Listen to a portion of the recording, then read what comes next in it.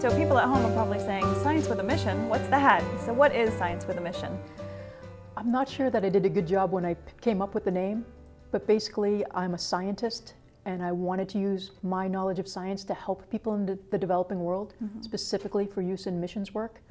And so what we do is we make diagnostics. Think of the home pregnancy test. And instead of using urine to tell if a woman is pregnant, we use usually just a drop of blood to tell if somebody has malaria, typhoid, things that are prevalent in the developing world. And so this is what we do. We use science for mission work. How did it all start? When did you sit back and say, this is really what I want to do? And what were you doing before Science with a Mission came to be? I decided when I was in 5th grade that I wanted to be a scientist. I don't know that that's every mother's dream for her little girl, but that's what I decided, and it stuck with me. So when I went to college, I went to school at Gordon College in Wenham, Mass. Wanted to be a chemistry major, and it's in between my sophomore and junior years that I went on a mission trip. And that was the first time I saw how people live in the developing world. And that really moved me. I wanted to help those people. And I couldn't figure out how me getting a degree in chemistry was ever going to help them. So I remember very clearly asking God when I was in Costa Rica to not let me forget what I was feeling. I knew it was real easy to go on trips abroad, be all psyched and moved in a certain direction, and then you go back to the US and things settle down and you forget all about it. And I didn't want to forget what I was feeling. And so I just asked him not to let me forget, and he honored that request. I'm grateful that that's a memory that God has allowed me to keep through all these years. I mean, there's plenty of things I forget. I really have a bad memory for somebody as young as I am. But that's a strong memory and feeling, and I'm grateful to have that desire and that push that keeps me wanting to do what I'm doing through Science with a Mission.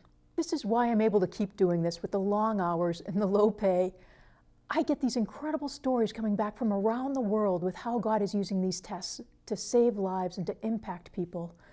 We hear stories from Uganda about a woman who's traveling around on a medical mission trip and she just carries her malaria tests and medicine in her backpack. And she's out at a conference and somebody comes to her carrying a child that has a fever 105 degrees. She's able to set him down on the ground, test him for malaria, see that he has Plasmodium falciparum, get him the medicine, and 2 days later she's writing to me saying, this kid has the most beautiful smile and he's recovering wonderfully. These are the stories that we hear over and over again, whether it's people in Nepal, where I have a medical missionary friend who serves in Nepal who has told me that the tests are so easy to use, he's able to train anybody how to use them, and this is wonderful. We had a clinic that he visited where there's just one doctor, one nurse, one lab technician, and one peon. The tests were so easy to use and read, they could train this young gentleman that had no standing in the community, that was considered, quite literally, a peon. They trained him, he's able to run the test perfectly well, the clinic has continued operating up to full speed, and now I'm able to say not only do I have grandmothers in Nepal running my tests, but I have peons in Nepal running my tests. Usually when I begin a talk with somebody, be it at a high school or be it talking to a church group or wherever I've been invited to speak, I start by showing photos of some places in the developing world. And we begin by looking at the fact that they don't have electricity. Think of how your life would be different if you didn't have electricity here. You know, this morning you wake up, no alarm clock, you're waking up on your own. You don't have refrigeration. You can't open that refrigerator door and pull out the orange juice. No coffee maker. You don't have the ability to turn on lights when it's dark outside, like it is during much of the hours this time of year. All these things change, and so as I take them through and look at the pictures and talk about only eating a few meals a day at best, going out and having to gather firewood before you can even cook your meals, all these things, it begins to come to me and say, okay, now this is your world. If this is your world, what do you do if you or one of your kids is sick? Where do you go? How do you get help?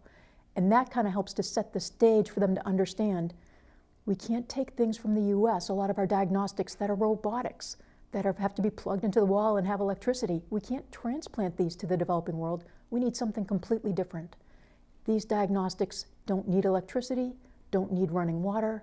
You don't need to be a medical professional to read the results. You'll get the results within minutes, so it's not something that you have to wait weeks to get results back from a lab. And they're amenable to mass screenings, which is very important if you find, say, a water source is contaminated and you want to test everybody around the surrounding areas that use that water source. So immunoassays have a lot of advantages that are particular for the part of the world where we're using them right now. It's wonderful to look at the people that God has brought into our lives that have helped enable this ministry to be 12 years old at this point in time and to have impacted the lives that it has in the countries that it has.